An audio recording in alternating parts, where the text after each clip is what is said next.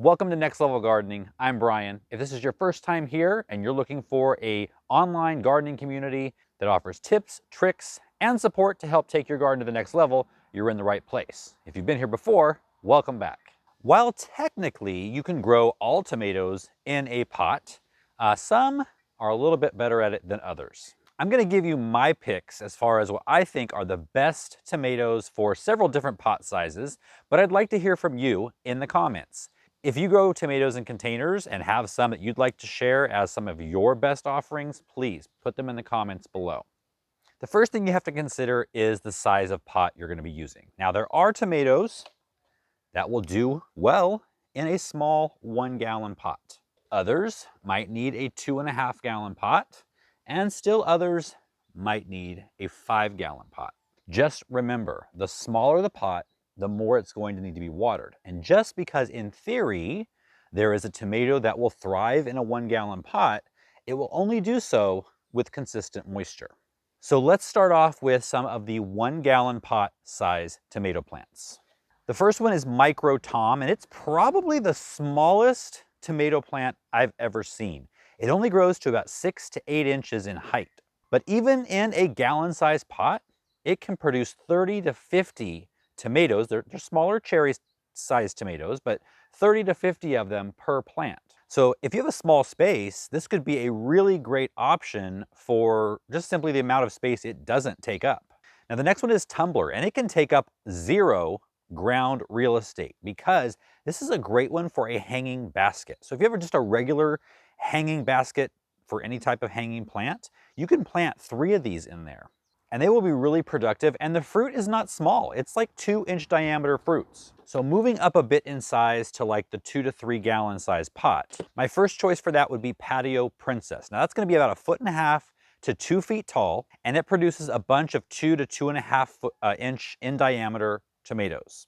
So we've talked about 3 smaller tomatoes now. Is it possible to grow kind of a beefsteak tomato in a pot this size? You can with bush steak. Bush steak is a bush beefsteak type tomato. The plant gets about 2 feet tall, but it's going to produce fruits that are ½ pound or larger. And something like this. Sweetheart of the Patio is another smaller cherry tomato type plant. It is a semi-determinate, so that can also be good for a hanging basket. It doesn't just grow a bush, it does have some trailing to it, but not the kind that just goes and goes forever. The fruits are about 1 inch in diameter, and the plant is actually blight resistant. So if you live in a hot, humid area where you get lots of blight, this could be a good choice for you. Now moving up the pot size into a 12-inch diameter or a 5-gallon pot, we've all heard of this one, the Roma tomato. Great tomato for sauce, super productive, really productive. Even growing it in a pot doesn't really take away from its productivity. Another great thing about Roma tomato plants is they're resistant to verticillium wilt and fusarium wilt.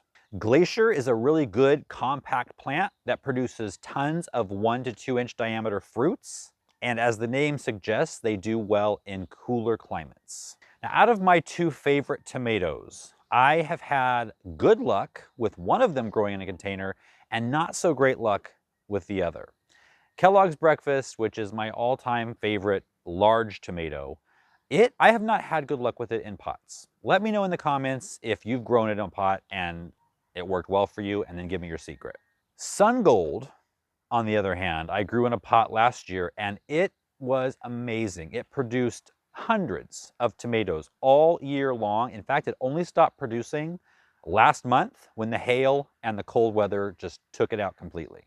And a lot of tomatoes, when the weather gets cold, the texture and the taste of the tomato isn't there. With Sun Gold, it was almost sweeter in December than it was in June.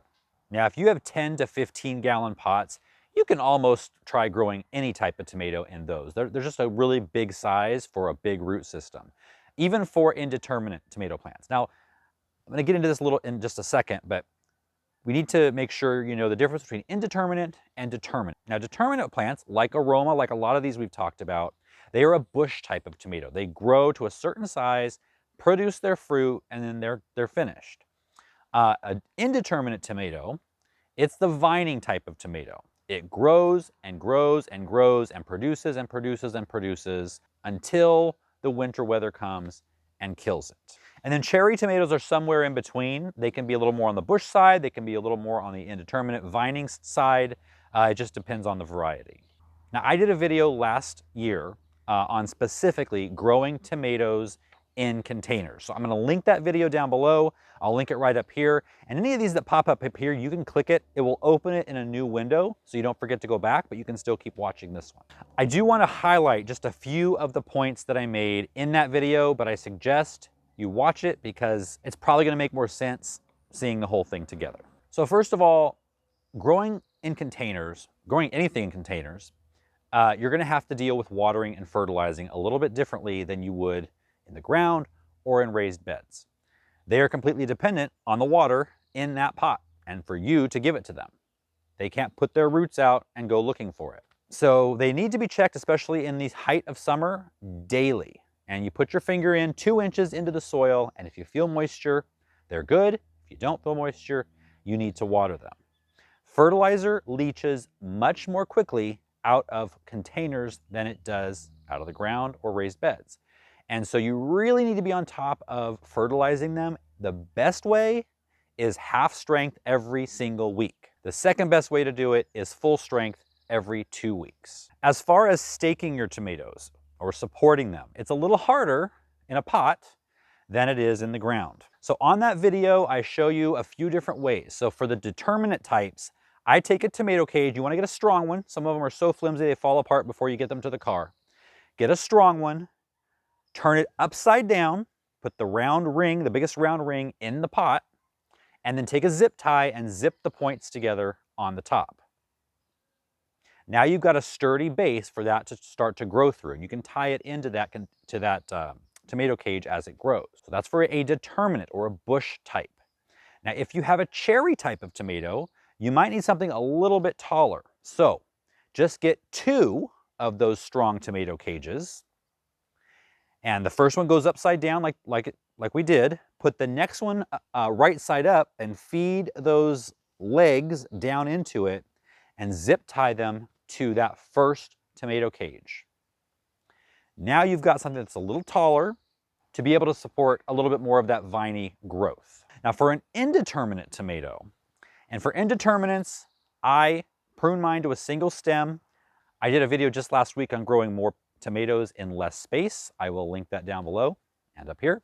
And that is by using the tomato hooks. Now, to do that in a container, it's not that difficult.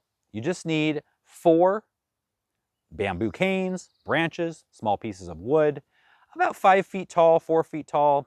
5 feet is best, I think. Make them into a teepee. So hook them together at the top. Zip ties, in my experience, don't work well for this because they still allow it to be too loose. So I take some wire and I run it through all the sticks and then bunch them all together.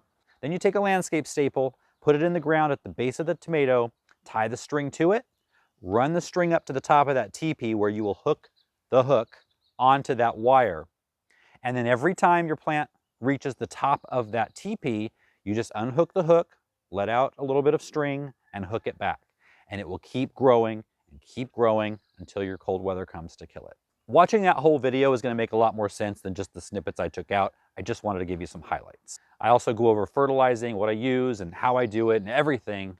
So just go watch that video.